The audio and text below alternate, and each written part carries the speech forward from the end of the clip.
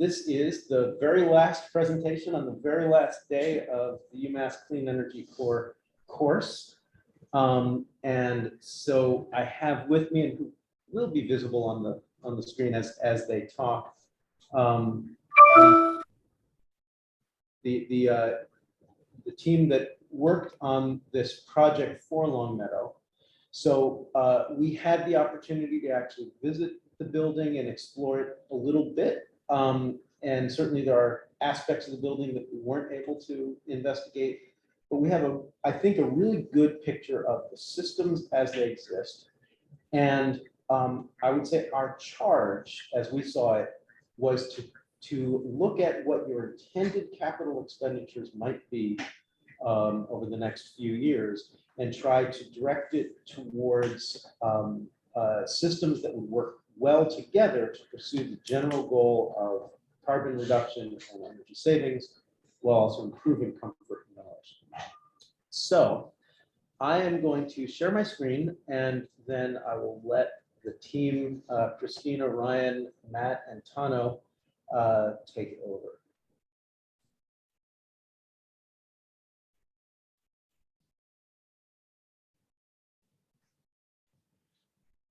All right, hello everyone. My name is Guy Tano, and first of all, we would just like to thank you for joining us today and for allowing us to check out the Center Elementary School. And here is our energy system analysis and recommendations. So the current situation involves old windows, an older boiler, as well as a problem with providing AC coverage to the entire school, along with a couple other minor issues. For this presentation, we're basically looking at things you already plan on doing and trying to give recommendations that work in a cohesive system to make for their school to run almost entirely on renewable energy and to be highly cost efficient. One thing that has really helped us through all of this is that you guys have a very well-managed building management system, which is a huge bonus for all of us. Makes everything a lot easier. So for a quick summary of our recommendations for the school includes replacing the boiler with a condensing boiler, replace the windows with quad pane windows, adding a reversible chiller, upgrading the air handling units, as well as sealing and insulating ducts. We also have some lower priority recommendations that will help with the energy efficiency of the building, but is not a part of the actual system of recommendations. From our findings, these recommendations will help achieve a highly energy efficient building, which will in turn save the town of Longmeadow a substantial amount of money. So we developed this model, this building energy model, based on real weather and energy data. It is also on the basis of all of our recommendations. We have very high confidence in our model's accuracy as indicated by the high regression coefficient. Now, I'm going to hand it over to my buddy Matt, as he will talk about our first recommendation, the boiler. Hi everyone, my name is Matthew, and currently you have two boilers and one of them is scheduled to be replaced. Your current boiler provides 1,661 kBTUs per hour, and the system demand with a safety factor of 20% requires 2,143 kBTUs per hour.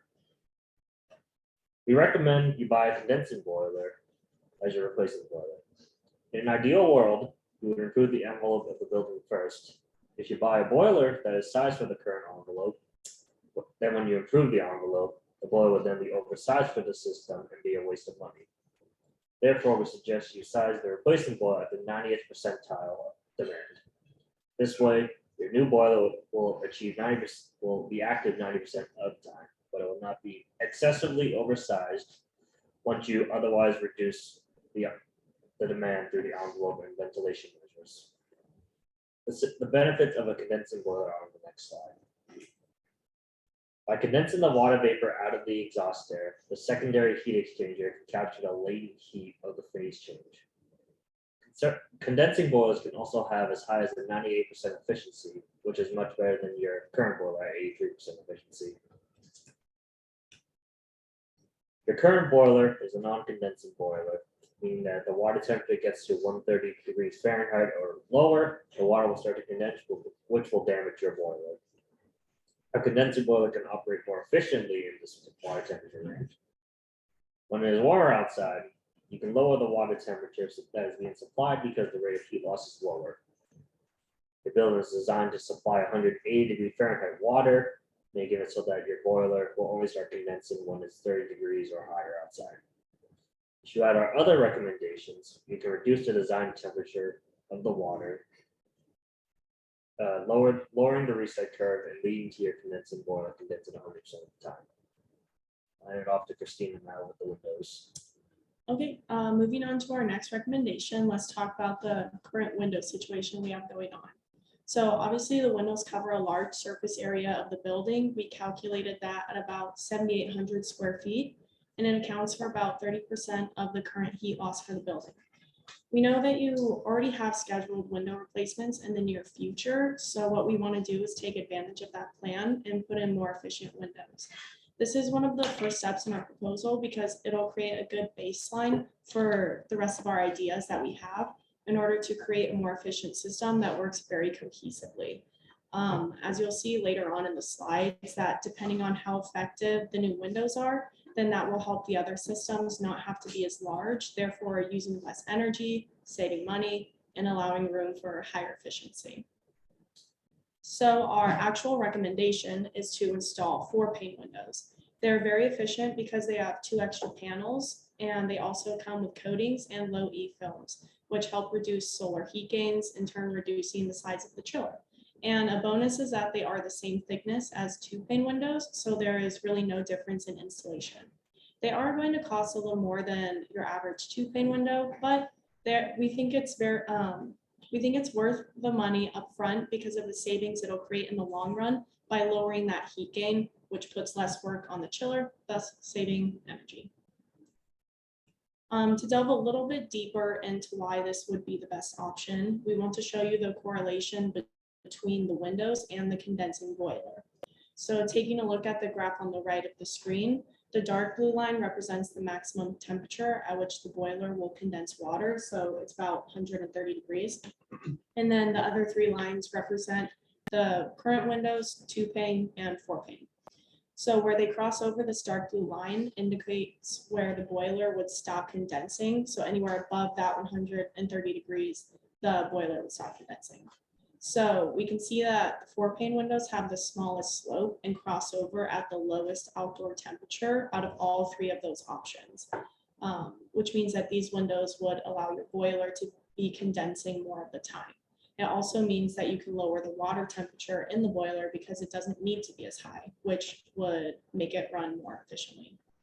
So taking a quick look at the table on the left and putting all of that into actual numbers, you can see that the 4-pane windows would be condensing 86% of the year compared to the current 54%. So that's a huge improvement when combining those windows and the modulating condensing boiler. And of course, we have a decrease in gas use, almost half. So just reiterating that it provides energy and money saving opportunities. So taking into account the ability to lower the water temperature, have the boiler condensing more of the time, reducing solar heat gain and reducing gas use. This is why we're recommending the modulating condensing boiler and the 4-pane windows. Now I'll pass it over to Ryan and he'll talk about cooling. Hi, I'm Ryan, and our cooling recommendations include selecting an appropriately sized reversible chiller, retrofitting the air handling units to enable both cooling and heating, and adding a small water-to-water heat pump for simultaneous heating and cooling. By installing our recommendations, you can reduce the amount of chilling units you need to cover the entire school. The table shows that currently 7 units would be needed. However, with the 4-pane windows and ERV installed, it only requires 3 units. So you can see that we go from 7 to 3 modular units, which is a considerable jump. We recommend retrofitting the air handling units by combining the cooling and heating coils onto the same hydronic loop. This will reduce the size of the chiller and allow the boiler to operate in condensing mode 100% of the time. The picture on the left is an air handling unit with a cooling coil. The picture in the center shows both cooling and heating coils. And in many cases, you can add a bolt-on cabinet coil, which is pictured in the far right. By combining the heating and cooling coils onto the same loop, we are allowing the existing pumps and piping to bring cooling to all of the AHUs. This allows us to use low temperature hot water for heating, which enables condensing and allows us to use a reversible chiller or heat pump. A key factor here is that the number of occupied hours during which outdoor air needs to be dehumidified and heated is only 0.33% of the year. This change would require you to insulate some of the pipes, pumps, and fittings and add glycol for freeze protection. Or we can add flat plate heat exchangers to isolate the glycol to the outdoor chiller. This option will lower maintenance costs, increase hydronic performance, but slightly reduce pump/chiller efficiency. Now I'll pass it back to Christina. Okay, so piggybacking off of what Ryan was just saying at the end there, once we connect the chilled water system to the entire heating system, you'll have to provide freeze protection to the entire system. So this is where the flat plate heat exchanger comes into play. The water that goes to the chiller could freeze and destroy everything. So right now you have glycol to prevent that from happening. The issue with glycol is that it's fairly expensive and it requires maintenance. So one approach is to add this flat plate heat exchanger to the pipes inside of the building and leaving the pipes outside untouched and still using the glycol. This would be a good thing because you don't have to purchase as much glycol, thus reducing maintenance costs and the cost of purchasing glycol. And you don't have to worry about completely getting rid of it either. The glycol also makes the pump work a little bit harder and it has to be moved faster, which would add to the cost of operation. So getting rid of it on the inside portions would eliminate that and let the pump work a little bit easier, creating better hydronics performance. To go along with our air handling recommendation, we also need to include an ERV or energy recovery ventilator. This is basically a piece of equipment that attaches to the ductwork of the HVAC system, and its main purpose is to recover energy by using the otherwise wasted energy and humidity from exhaust air to use for the incoming outdoor air, which saves money year after year by lowering the demand/load on your mechanical equipment. So an example to think about this easier is that in the summer, warm and humid outside air is pre-cooled and dehumidified by the energy from the outgoing cool interior air. And then vice versa, in the winter, cold and dry outside air is preheated and humidified by the energy from the outgoing warm interior air. So this would help reduce the size of the chiller and allow you to lower the water temperature to utilize condensing from the boiler. It also has other small benefits like reducing humidity during cooling, which helps with moisture issues, and then filtering out stale and polluted air. This does two things for the building. It reduces the total energy demand and also reduces the amount of energy required to temper the incoming air by pre-tempering it, which allows you to have a smaller coil. Now I hand it over to Matt. Because there are specific cases, we want to go through the details of each air handling unit to make them work with the system. Air handling units 5 and 6 have cooling coils and serve skin load dominating zones. So we recommend combining the heat and cooling coils on them and installing ERV. Air handling units 7 and 4 don't have the cooling coils but have return or exhaust air. We suggest replacing the heat coil with the coil size for both heating and cooling and installing ERV on them. Or you can replace the units themselves. Air handling unit 2 has no cooling coils and no exhaust air. We suggest replacing the heating coil with a coil size for both heating and cooling or installing a cooling coil. Air handling units 1 and 3 may need to supply cooling during the heating periods. For air handling unit 1, we recommend replacing the heating coil with the coil size for 120 Fahrenheit water. For air handling unit 3, extend the chilled water loop and add ERV to it. This will allow cooling in these areas while the rest of the school is being heated. I'll pass it off to Tana now to talk about the heat chiller. So one option is that you can use a simultaneous water-to-water heat pump, which will need 2 buffer tanks to ensure maximum heat pump efficiency. In a case where you need to remove heat from a certain part of the school, you can send that heat to other parts of the school that need it, resulting in a coefficient of performance of 7, essentially making the heat free. So these are the current hot water tanks at the elementary school. Each of them are 120 gallons each. And the bottom line is that these are certainly not being used for heating the whole school, as that is a lot of hot water for an elementary school. But we can use these big, beautiful tanks to our advantage through using these tanks as the buffer tanks that I just previously noted in this slide before this.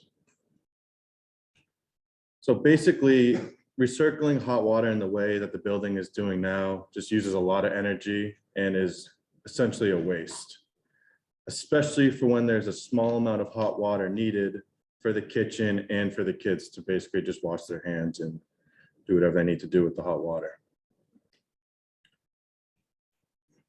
Another option is using these electric heaters depicted in the top right. These you could essentially do without the tanks entirely through these electric heaters at the point of use, just warm enough to satisfy the temperature needed. We thought that we'd give you all a couple of options on how you would like to supply hot water throughout the school. Both options are viable and will help the overall energy efficiency of the school. So your choice between installing ERVs and installing better windows has a bigger implication than just energy savings. These two graphs show the relationship between the window selection, adding an ERV, and heat pump, and how it will affect the rest of the system. The gray bars represent the frequency in hours. The yellow line represents the capacity of the RVS. The green line represents the demand at outdoor air temperature. The red line represents the efficiency percentage. The blue line represents at what outdoor temperature the system can run economically efficiently. And as you can see, the two-pane system will be able to run economically efficiently down to around 45 degrees outdoor air temp. With the four-pane system, we can run efficiently until around 37 degrees. If you look at the scale on the right of the graph, you can see that the demand is much higher with the two-pane system. The two-pane system graphed on the right requires 5 units, is economically efficient for heating hours 44% of the time while being 100% oversized. The four-pane system requires 3 units, is economically efficient for heating hours 62% of the time while being 30% oversized. And we also recommend to insulate the ducts, which will save energy, boost efficiency, and most importantly, prevent condensation on the duct. And when we visited the mechanical room, we noticed that you had one variable frequency drive already installed.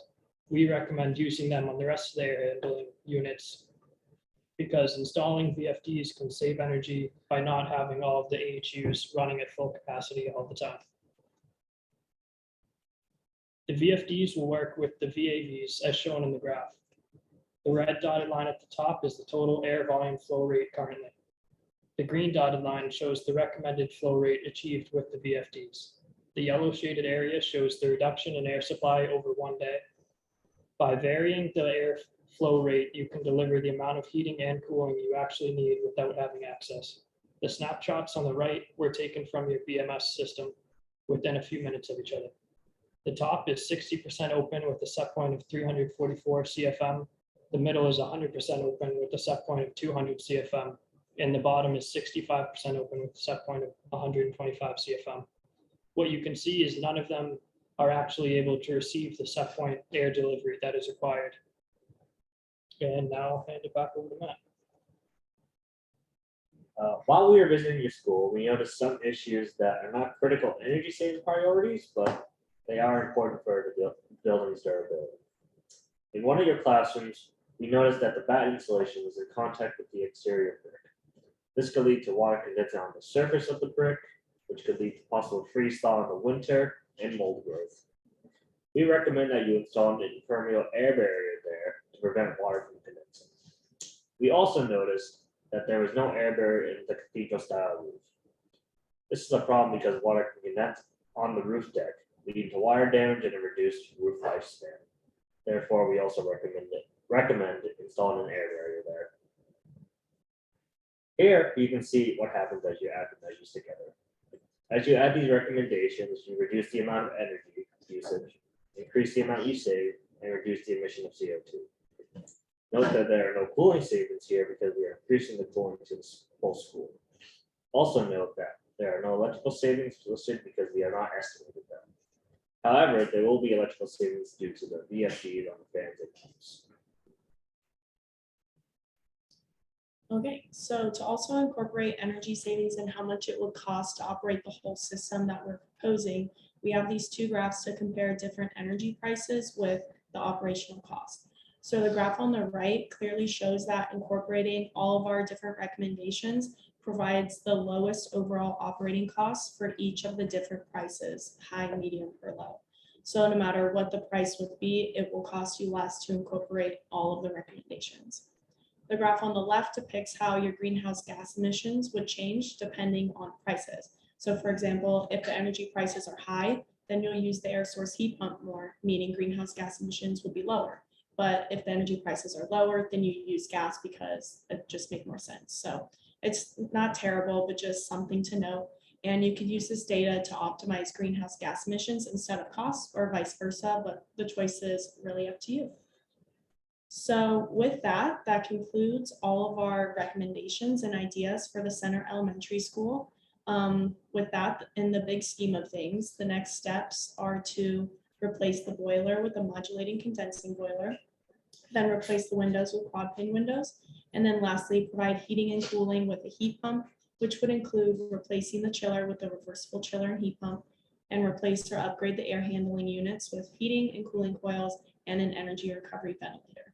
Incorporating all of these recommendations would provide cooling to the entire school, increase ventilation capacity, lower energy use and operation costs, and even reduce greenhouse gas emissions up to 62%. There's also the potential to reach 95% renewable energy, so that's an added benefit to all of this. And with that, that wraps up our presentation. We want to thank you all for listening, and we'll now open it up for any questions that you may have.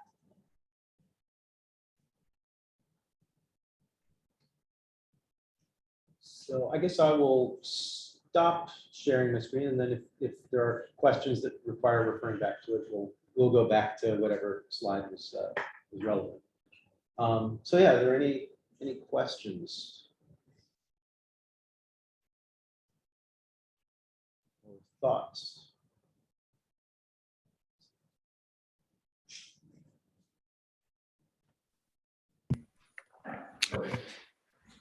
This is Dave Miller. I missed a little bit the table that showed the costs and the savings. Does the cost also include the cost of installation, or is that just the cost of the material? Here, I'll share that. So this refers only to the operating cost. In other words, the cost for the energy. That it shows the savings in energy, in both in energy terms, carbon terms, and expenditure. We don't have the ability at this stage to be able to estimate the installation costs and therefore calculate, say, a payback period or that sort of thing. There are too many moving parts. And part of what we wanted to emphasize was that we're essentially suggesting that you do what you were going to do anyway. So if you have to replace a chiller, this is just saying replace a chiller with, in fact, not very much more chiller, essentially the same amount of chiller that you currently have, but with one that reverses. The only way to make that provide cooling for the entire school is to do some of these other measures. We know that you intend to replace the windows. We're just suggesting that you replace them with better windows. So so for almost all of these things, they are line items for which there would be a capital budget already in place.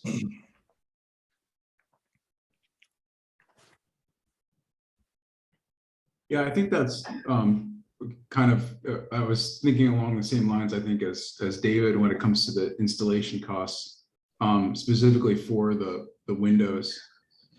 We've never funded windows in a Green Communities grants. We funded windsurts, or indos, as they're sometimes called. But if you're thinking about doing this already, you're kind of thinking about the incremental cost to go from one to the other, and that's where you might see a little bit of a payback. But as a whole project, to just say we want to take these windows out and put a new one, it would very unlikely be a fundable project in Green Communities. Right. So this particular report they're referring to comes from the GSA, where they're basically recommending this particular measure. for new construction or where you have window replacement happen. So yeah, we would have a very hard time justifying window replacements if you weren't going to do it already. And I'll jump in here. I don't know if I've had the pleasure of meeting most of you guys from Longmeadow, but I'm the Eversource Energy Efficiency Representative. I took over for Kim Kiernan a few months ago, and you probably had worked with her quite a bit in the past. And we're talking about those windows, and I think that was Mark Rubinski that brought up the incremental cost difference.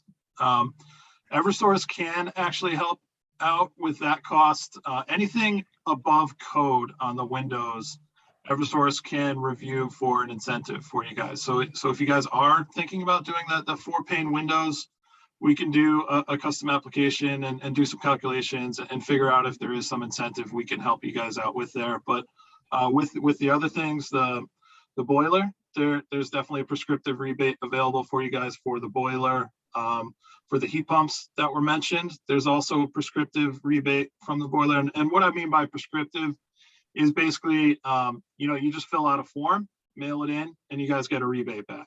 And then also so the windows would be considered a custom application where you fill out a form, we get a bunch of information, do some calculations, and then send an offer letter out to you guys for what the incentive might be. And the custom application would apply to the windows, the VFDs, as well as any air sealing and insulation. We can look at those for custom rebates for you guys. So.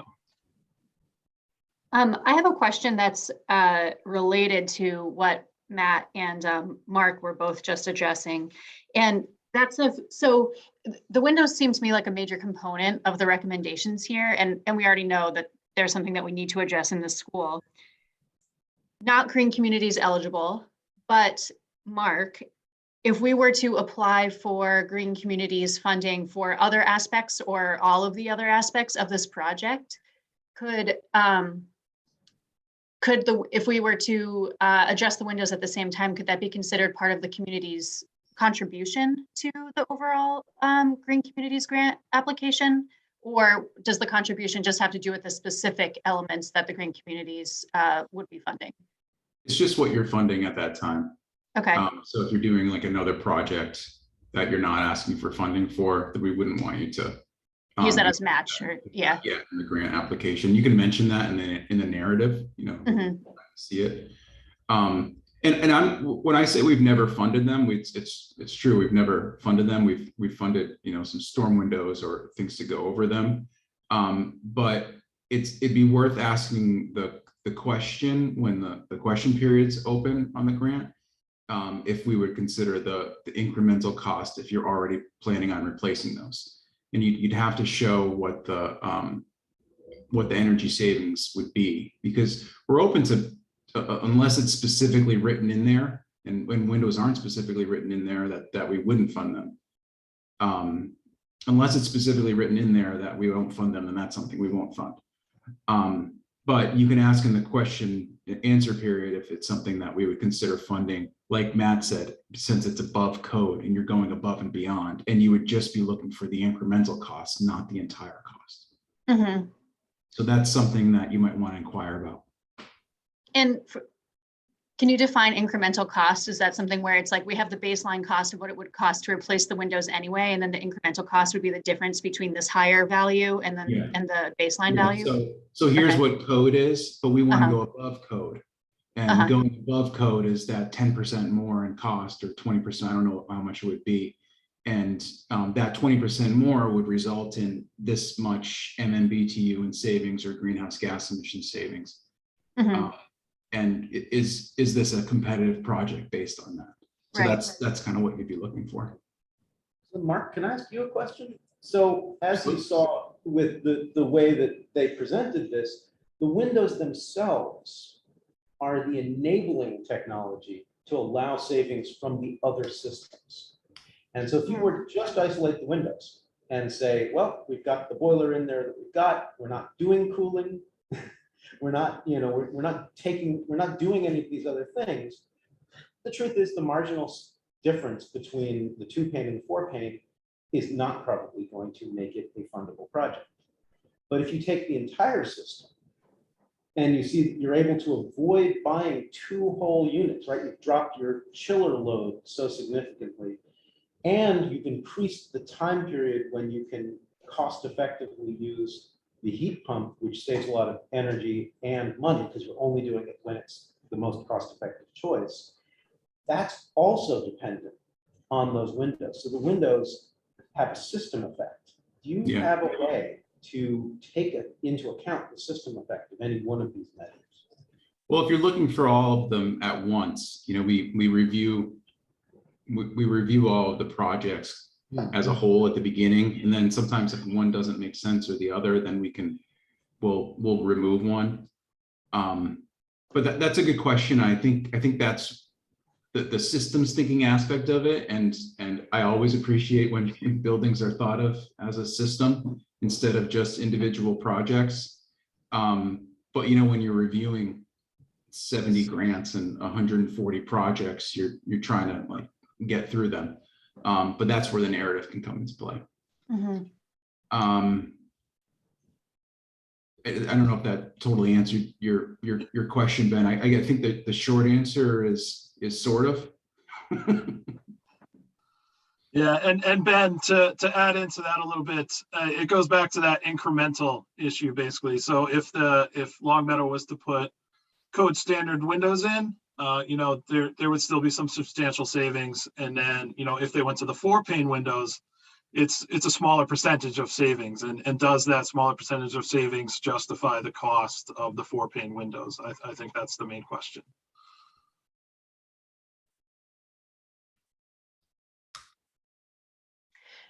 Will we have I'm assuming we'll get the recording of this presentation. Will we also have the opportunity to get the actual slide deck? I would love to have the slide deck and the notes actually that go with the PowerPoint slide deck, because as someone who's not necessarily fluent in energy talk, I found that what the student team were saying that was not necessarily written on the slide was something that was very helpful for me, and I didn't totally catch all of it. So if that's a possibility, I would love to receive that. We will share with you the recording. We'll share with you a PDF of the slides with the notes. The students are going to compile some of their stuff into a cover memo. Oh, great. Okay. And so that would be there as well. And then we'll also share our model. So we've got this kind of extensive, complex model that's built into a spreadsheet, which, to be honest, is not going to be easy for someone who doesn't understand the engineering to be able to work through, right? You have to understand what you're looking at, but we will share with you that spreadsheet. That's a kind of a big tool. So all of those go to you. What we've been experiencing in this process is that typically you'll come back to us with questions and we will help you with whatever the next Great. step is. So we're not just kind of giving you this and moving you on your own. Perfect. Thanks. I had a question. Yeah. The recommendation, I think, was to put spray foam directly on the brick where it met the wood wall. Is there a concern for moisture and I guess spalling with spray foam directly on brick? No, actually the opposite. So right now, by looking at the exterior, we can see that there is not damage to the brick. And you would expect, where there is insulation, it's there between each floor joist. There is insulation essentially creating it almost like a band joist, but it's on brick against that brick. You would expect to see damage on the exterior if that damage were likely to happen. Instead, what is more likely to be a problem is that because it's fiberglass and there's no air barrier at all, you're taking air that is relative to outside air, humid, because of all the breathing that those kids are doing, you know, and it's going to migrate into the brick. The brick is very porous and hygroscopic, which means it can absorb a lot of moisture. Over time, that is a potential damage function, so potentially it could freeze in the inner wides of the brick where it's cold outside, and we don't see the damage because it's all kind of on the inside. Given that the brick seems to be of fairly high quality, it's more likely that what we saw was a little bit of mold, right? I mean, I can show you the image. Just share my screen. What we see here is just a little bit of mold developing. And that's because it's moist and it's condensing water, and you've got hygroscopic materials, wood, brick, and dust, and the mold can live on those things. So for an indoor air quality point of view, and to some degree for protection of the brick, it's why we gave it a low priority. As building scientists, we feel like we're responsible to say you should put a vapor impermeable, air impermeable insulation in this place, because that's better than the fiberglass, but we're not saying that we see a catastrophic problem it's addressing right away, nor are we saying that that's going to lead to massive energy savings. But the recommendation there would be to spray foam directly on the brick, though. Is that right? Correct. Because closed cell, we should have said closed cell spray foam, very important. This is a vapor closed, air impermeable protection for the brick. And therefore it's going to function better than the fiberglass. And to the degree, we did not test for mold spores or anything like that. We're just looking at evidence of mold growth. To the degree that that's an issue, it will improve indoor air quality for the kids. Thanks. And was that the stairwell attic location? No, this was in, so Nick was the one who took us around everywhere. This was in that classroom where we stood up on a ladder and we lifted the suspended ceiling and pulled out the fiberglass back. Okay. So that's what the condition is. We were looking for other potential problems. They may be there, right? So if we were really, really investigating, we would maybe find air leakage at this site where the beam enters the brick. But I think relative to all the issues in the building, this is fairly minor.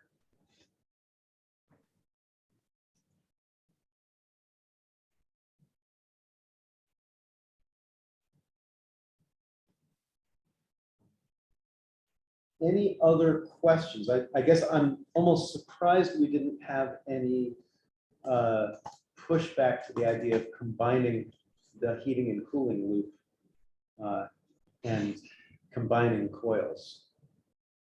Yeah, Ben, I was curious. I've never seen the water to water heat pump being used to transfer heat from one portion of the building to another. That's a new idea for me, at least. I don't know. Have you guys seen that done other places, and how successful was it?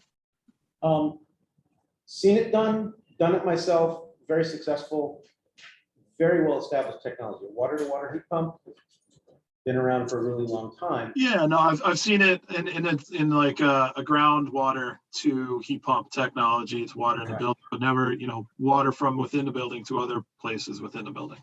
So this is, again, it's sized for simultaneous loads. So this particular heat pump is really only working to maintain chilled water for those two air handling units that we feel are likely to require cooling when the rest of the building is doing heating. And because we have this, we've combined all the hot water loop into one system that has a hard switchover, which I think should work fine for the school. These two areas where either you have a lot of glass and a lot of bodies moving around in the gym, or you've got an interior section for the kindergarten, or preschool rather, those are two areas where simultaneous heating and cooling might happen. So you would size the heat pump and the tank to satisfy those loads. And basically you just need a place to reject the heat too. And in this case, it's just a tank.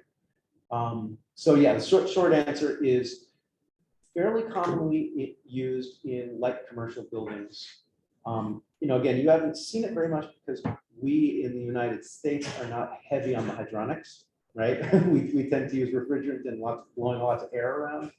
But in Canada, this is really normal. So Ben, with that system, in the cooling season, would we need to isolate all of the radiant loops that are on the exteriors of the building to deal with the condensation? Yes, exactly right. So those essentially would not need to function. If a valve is closed and you've got insulation up to and over the valve, then the rest of that system doesn't need to be insulated. It just does need to be isolated. So if there, and I did not investigate, I don't think it was actually visible on the BMS where all those valves are. So that would be something to look into. Are there valves to isolate essentially the portion of the loop that doesn't go to air handling units?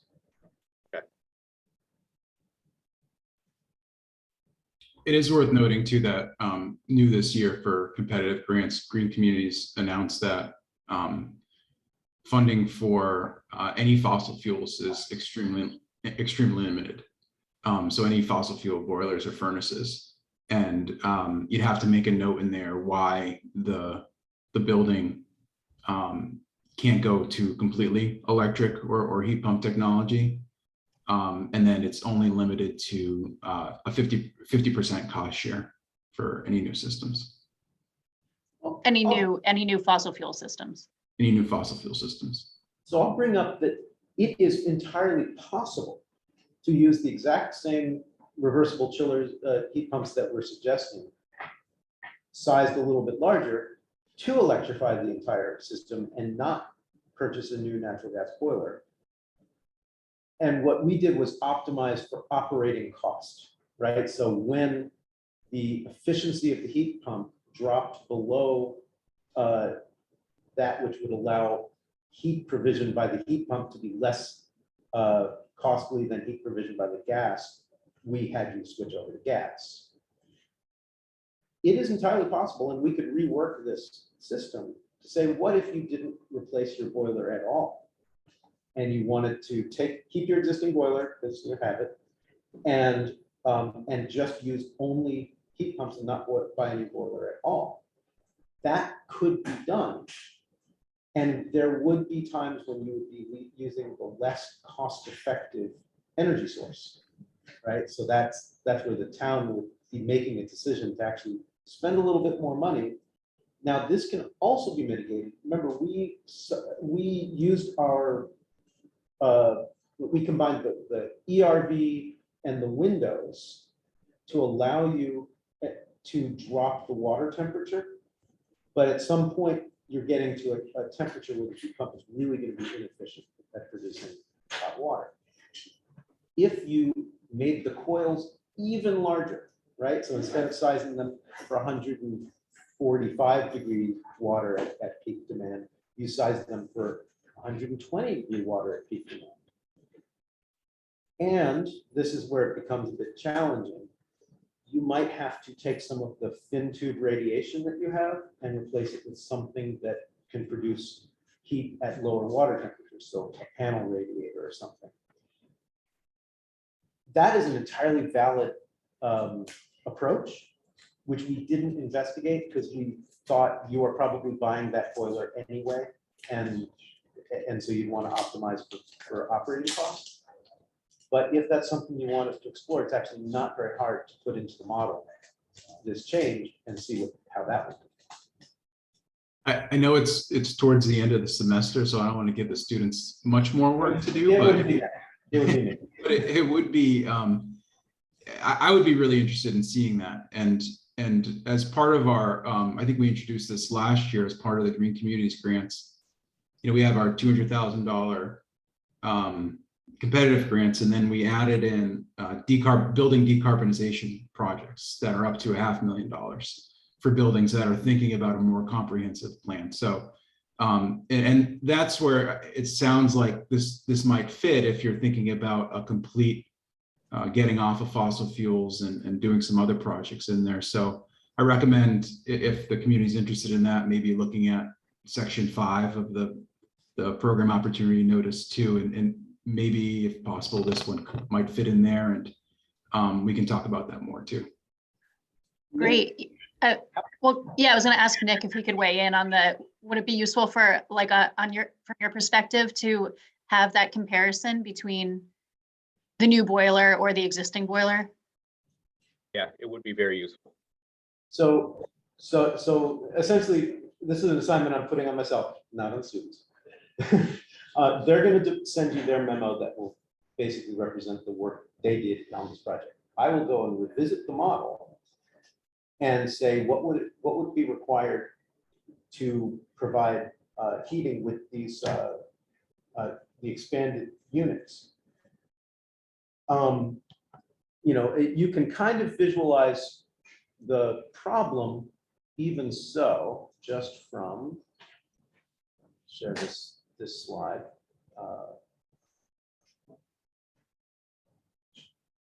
So this was where Ryan was talking about the comparison between 4-pane windows plus an ERV. You can see that the total demand goes way down. But as you size these heat pumps for cooling, as you need more cooling with the 2-pane windows, so you've got the 5 units, you're now down to below 20 degrees where you have the capacity. So now we'd be talking about more units, right? If you want to be able to satisfy heating all the way down to here. Of course, you have your existing boiler, and at some point you can just pick up these last 5% of the hours with the existing boiler. So there's always some sort of trade-off involved. But the basic story would really be about that, making that estimation. To be honest, if you go in that direction, it may be that it doesn't make sense to go with the 4-pane windows, right? Because you already have to buy more chiller capacity, so you're not able to get the savings that the windows would provide in reducing chiller capacity. So the question for Nick is, how far down the road has this boiler replacement gone? Really far. That's what I thought. Yeah. I did ask our architect who was putting together the project for the boiler replacement right now, and he did have concerns about a condensing boiler just not being able to put the output out there. But it sounds like it's being framed as we put the windows in, we're kind of mitigating the need for that much temperature output. So we're kind of making up ground there, and maybe we'll be able to stay within the condensing parameters. Because the concern of the architect was like, listen, this thing's gonna be running flat out. You are not gonna achieve condensing. You have to put out 180-degree water in order to heat these classrooms. But I think he's assuming that our load and our insulation value is the same. He may be. I don't want to speak ill of somebody who's not around, but I don't think he understands how these systems work, including how heating systems work. We've showed you water temperatures, like where do we have some examples of water temperatures being the key thing? It's the key controlling variable that you're using, right?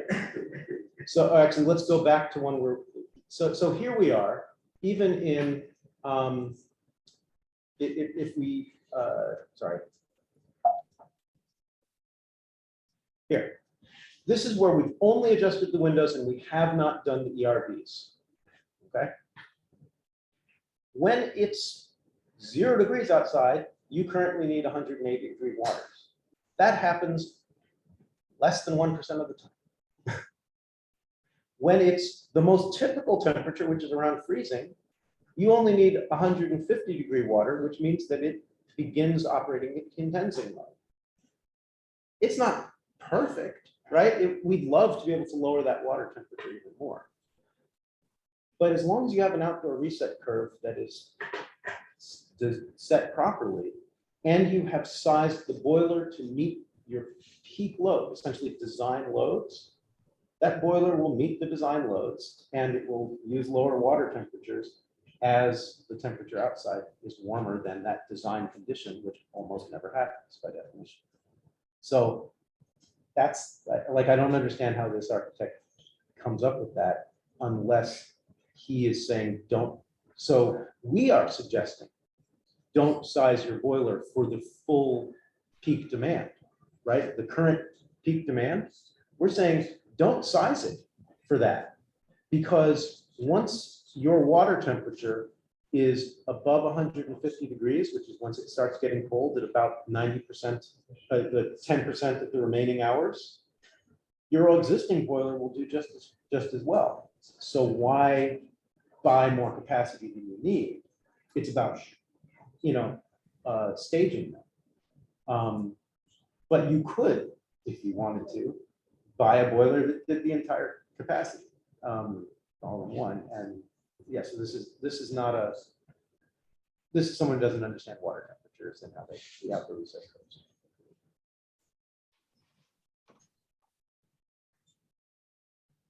While we're on this slide, I want to make sure that I'm reading it correctly. So that third column and the bottom row, so the 4 pane windows, the third column percent improved compared to current, I'm assuming that's current use, natural gas use. So what Yes. that's showing is that if we install the 4 pane windows and we use the boiler that the students are recommending, we would save about 37% of our natural gas usage just from those 2 components of the project. And that does not include what came later, which was the upgrade to the chillers, right? So Correct. was there an overall, I might have missed this, was there an overall, if you do everything that is talked about here, what the, like the projected? Right there.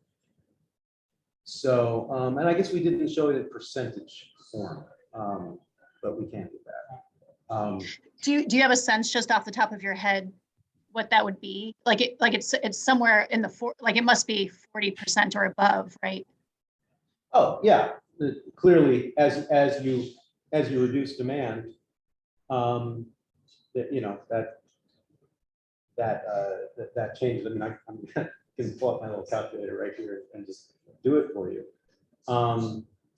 Basically, we're saying if we do everything. So, are you interested in money or energy? No, I mean, like eventually we'll be interested in everything, but I'm thinking about just like how much, like what type of impact are we talking about for this facility that uses so much energy in our community? We know that, I don't remember off the top of my head, probably someone here does, but it's at least one of the top 5 users, right?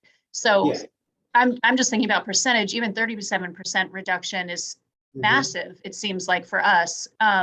So I'm curious what the overall is. Well, in that case, what you really care about is carbon emissions. So if we look at carbon emissions, you are reducing your carbon emissions by 53%.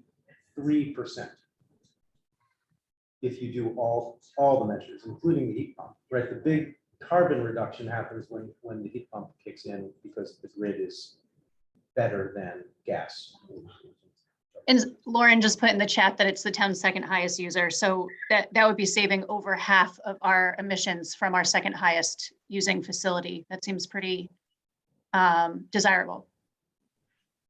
I think it's worth noting again too, that if you were going to go to completely electric, at some point you would have the opportunity to completely reduce the emissions from the building too, as opposed to if you went to natural gas. You're not going to have another opportunity until you replace that gas boiler again. Right. Do I understand? I'm Oh, sorry. sorry, go on.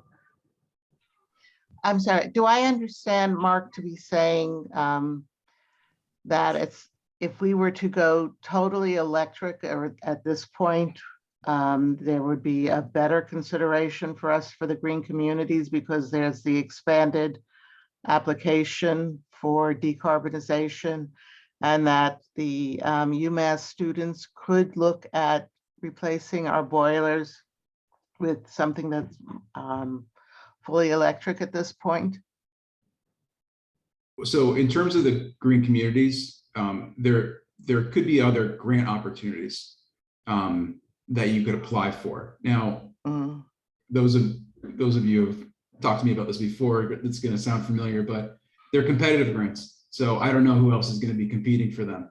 And we like to choose the best projects that are out there too. So I can't talk about future grants and what could be applicable, but this one right here, the decarbonization project, if you were going to go completely electric, that may potentially fall under here, but we'd like to have additional conversations with you about it.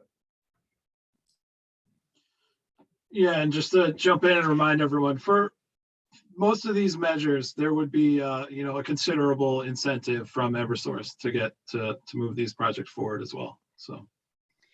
So it sounds like though if we were to go, Benjamin's going to be creating this new memo which compares the alternative from what the students have already done to the alternative of keeping our existing boiler and increasing the size of the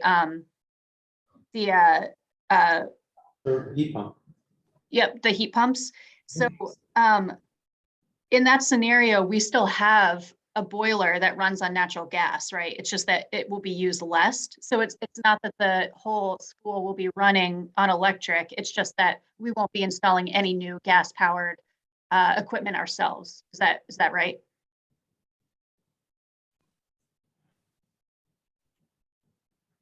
I mean, I guess this gets down to, I think, semantics and what green communities and Eversource is going to count. Because it sounds to me like you're getting that new boiler, like that's coming. And so, that horse is out of the barn. It doesn't mean that you can't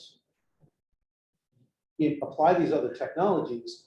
I don't know if green communities will say, well, the boiler is there as backup. Because let's say there's a power outage and you have a generator or batteries on site. If you have a boiler and enough power to run the pumps and the fans, it's not an insignificant amount of power, you can maybe turn off the heat pumps to be able to keep the school alive. It becomes a resilient facility, even if there's an extended power outage, because you have this natural gas available, presuming natural gas is available. So that I think is the maybe a way that you can say we want to invest in a fully renewable potential school, fully electrified school, but we're going to hang on to this gas infrastructure essentially for emergencies. I guess my question is more, if let's pretend that this new boiler is not imminent, right? And we're like back a ways in the process.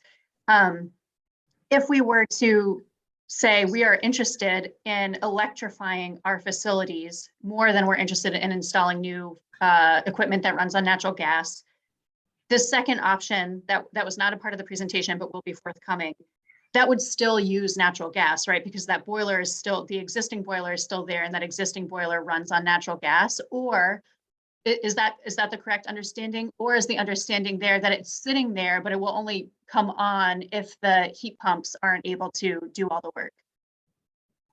So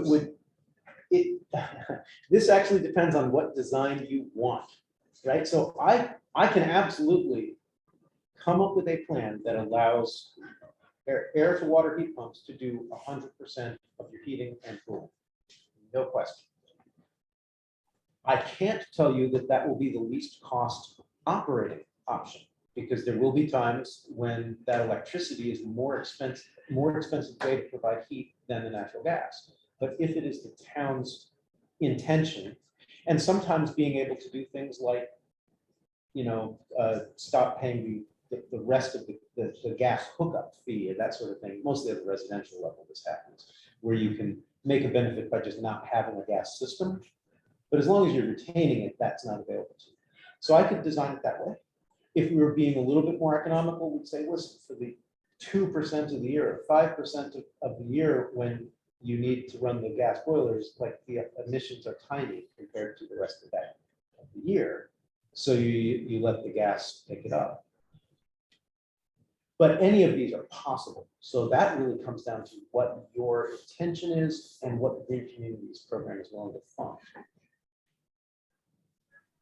Okay, yeah, I'm not asking for you to change what the original idea was of this second alternative. What I was trying to understand was if that gas boiler, the existing gas boiler, would be used in the second alternative. And it sounds like from what you just said, it would be used approximately 2 to 5% of the year, only when Or- necessary.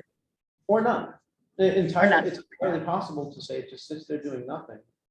And you implement all the rest of the components that would have, so there would now be additional components, right? Mhm. You have to lower the water temperature even more. So that's more expense, right? So one way or another, there are additional components. If that still was the intention, it is entirely possible to design such a system that you do not burn natural gas ever unless there's a power outage. And I think that would be a question for the Green Communities grant, is if, you know, you're thinking about this path forward, does decarbonization mean complete decarbonization, no fossil fuels whatsoever, or does it mean that backup in there? I wouldn't be able to answer that right now. And I'll say for 2022, at least, Eversource is still providing an incentive for gas boilers and fossil fuel boilers. It is trending down though. Whether it'll be available next year or 2 or 3 years down the road, I don't know. And heat pump incentives are trending up. So as we get further into the year and further into the next 3-year plan, you know, heat pumps going up, fossil fuels going down. But right now we can incentivize them still. Great. And to clarify, Mike, you're not, sorry, Mark, you're not able to talk about that because there's an open grant round, or because you just actually don't know the answer right now? Both. Okay. I mean, I don't think the question's been posed to us, so I wouldn't be able to Uh-huh. opine on it right now. Right. Mhm. But I would like to get the question, and then we can talk about it and respond to it. I don't know if the Q&A is if you can be able to ask a question right now, but I can always try. Right. Well, we're on the fall grant cycle, so we can hold off with questions too. And are you planning to have you have a current grant out there right now? Are those expected to be completed prior to the fall? Yeah. Okay. And you know the dates that I think it's September that they have to be completed by? Yes. Nick, do you know the timeline off the top of your head for the? We'll be completed by then. Yeah, September 2nd is when everything has to be closed out, paid for, need final report, all that.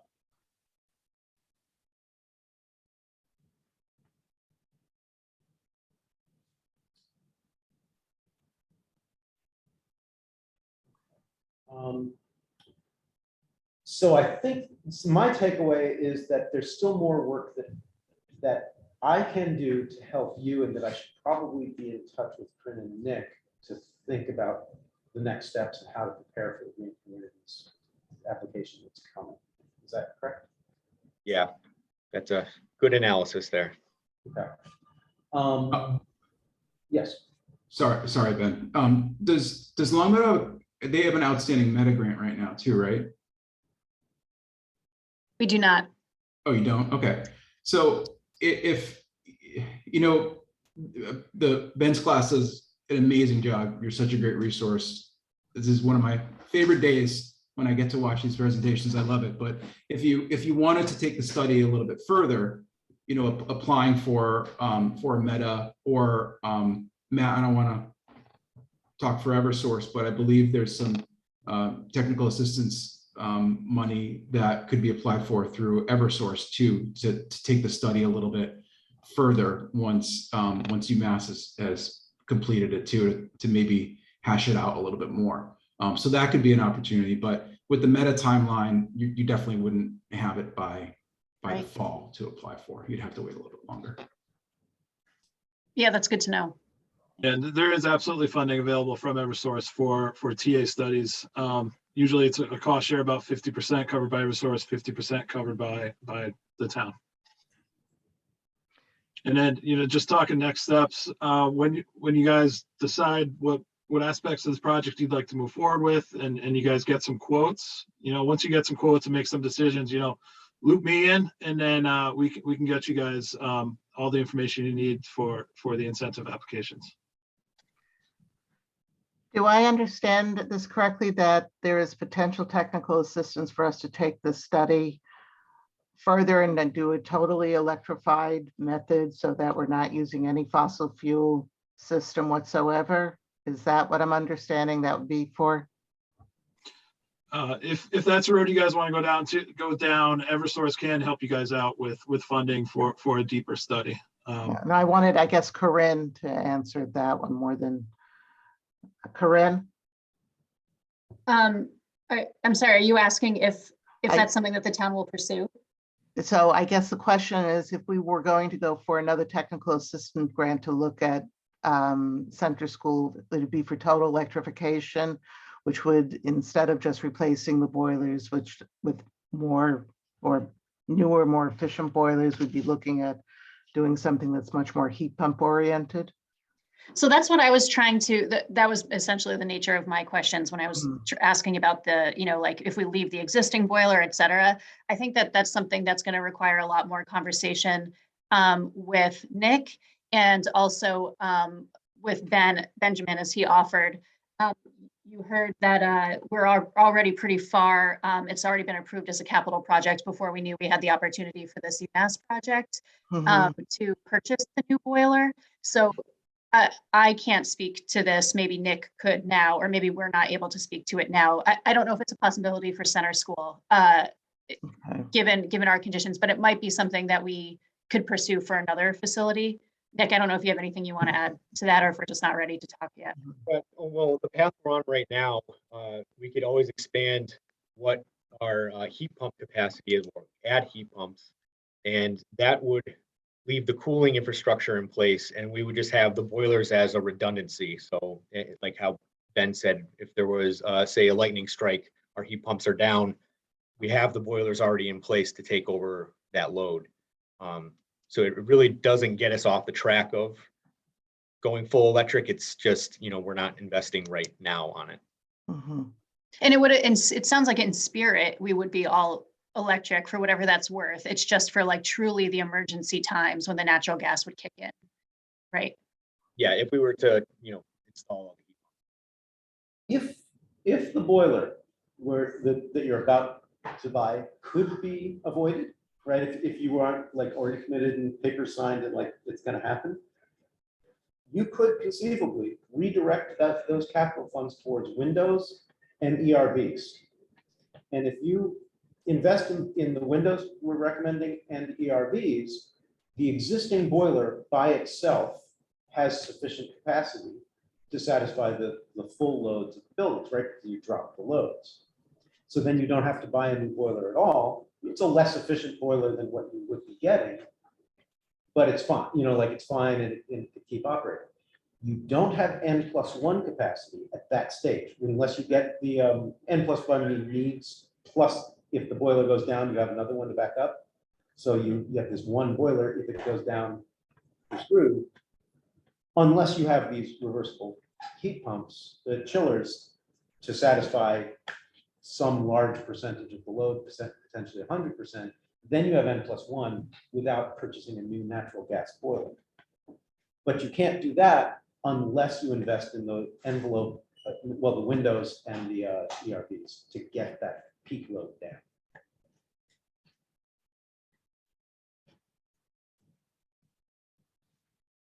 So we are pretty close to the end of the time for the students. I can chat for a little longer, but I just wanted to see if everybody feels comfortable with where things are. I think I'm obviously going to work with Corinne and Nick next to help you guys figure out exactly what's needed.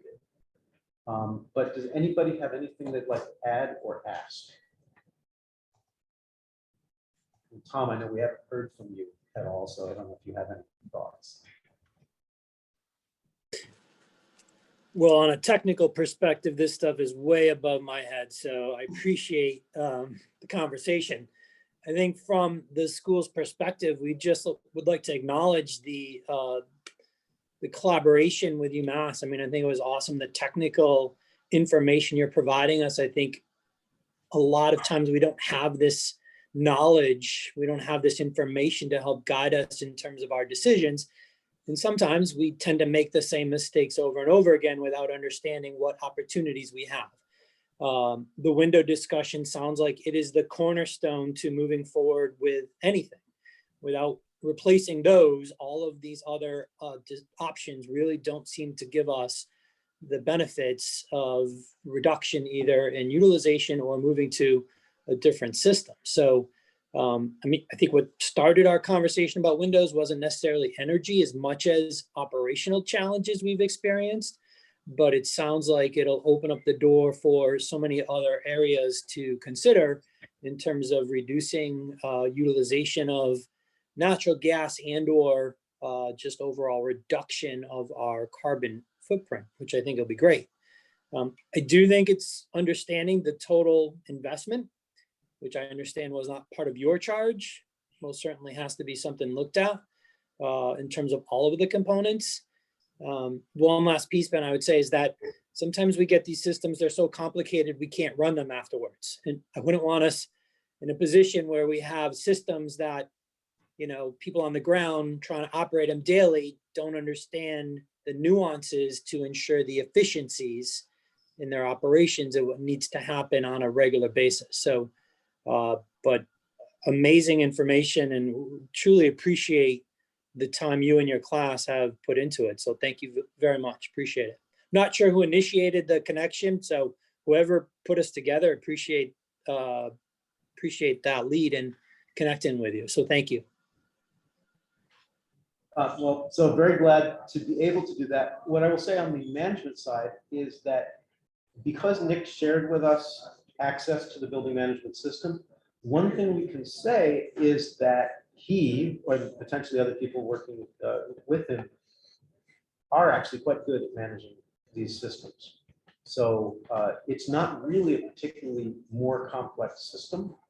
And the BMS is well set up and well managed for what that's been. And in many cases, you may have experienced comfort issues that have less to do with how well you manage the system than what the system is capable of, given the lack of variable frequency drives on the fans and lack of cooling capacity, you know, in different places. Thank you.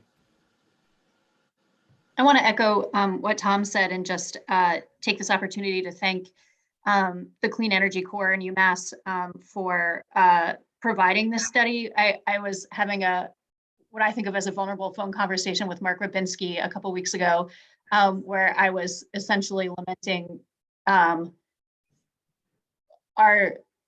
my lack of a way forward of having like a comprehensive look at any one building as opposed to individual audits that maybe touch on individual pieces.